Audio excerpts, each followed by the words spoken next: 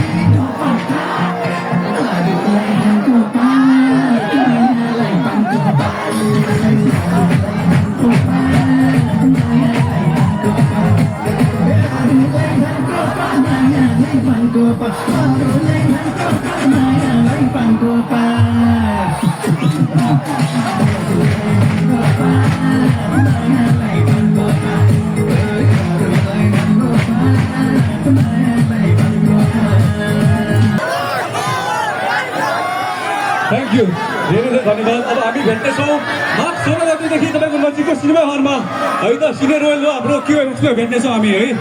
हस्, धन्यवाद। ओके, धेरै धेरै सम्मान छ पल शाह जो हामी सबैको रियल हिरो हुनुहुन्छ।